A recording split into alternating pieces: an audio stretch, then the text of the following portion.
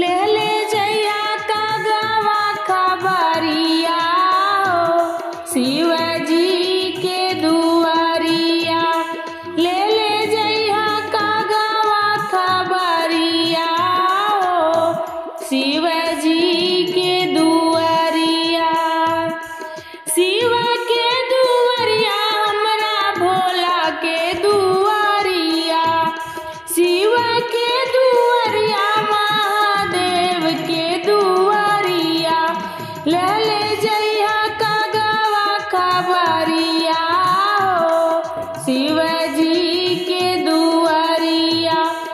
ले ले जइया कगवा खबरिया हो शिव जी के दुआरिया। पहिला खबरिया महादेव जी के दिया। पहिला खबरिया महादेव जी के दिया।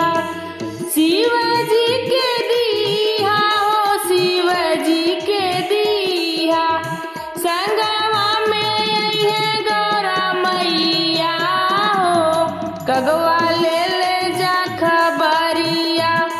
संगवा में अइहे गौरा मैया हो कगवा ले ले जा खबरिया। ले ले जा खबरिया कगवा हो शिव जी के दुआरिया। ले ले जा कगवा खबरिया हो शिव जी के दुआरिया। दूसरा खबरिया कगवा ब्रह्मा जी के दिया। दूसरा खबरिया कगवा ब्रह्मा जी के दिया। ब्रह्मा जी के दिया हो ब्रह्मा जी के दिया। संगवा में अइहे सदा मैया हो कगवा ले ले जा खबरिया। संगवा में अइहे सदा मैया हो कगवा ले ले जा खबरिया। ले ले जा खबरिया कगवा हो शिव जी के दुआरिया। ले ले जा खबरिया कगवा हो शिव जी के दुआरिया। तीसरा खबरिया कगवा विष्णु जी के दिया। तीसरा खबरिया कगवा विष्णु जी के दिया। विष्णु जी के दिया कगवा विष्णु जी के दिया।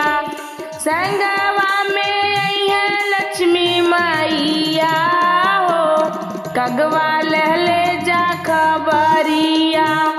संगवा में अइहे लक्ष्मी मैया हो कगवा ले ले जा खबरिया। ले ले जा खबरिया कगवा हो शिव जी के दुआरिया। ले ले जइया कगवा खबरिया हो शिव जी के दुआरिया। चौथा खबरिया श्री कृष्णा के दिया। चौथा खबरिया श्री कृष्णा जी के दिया। कृष्णा जी के दिया कगवा कृष्णा जी के दिया। संगवा में राधा रानी मैया हो कगवा ले ले जा खबरिया।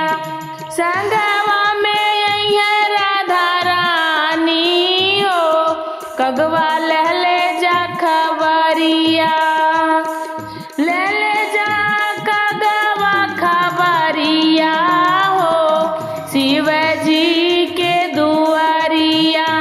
ले ले जा कगवा खबरिया हो शिव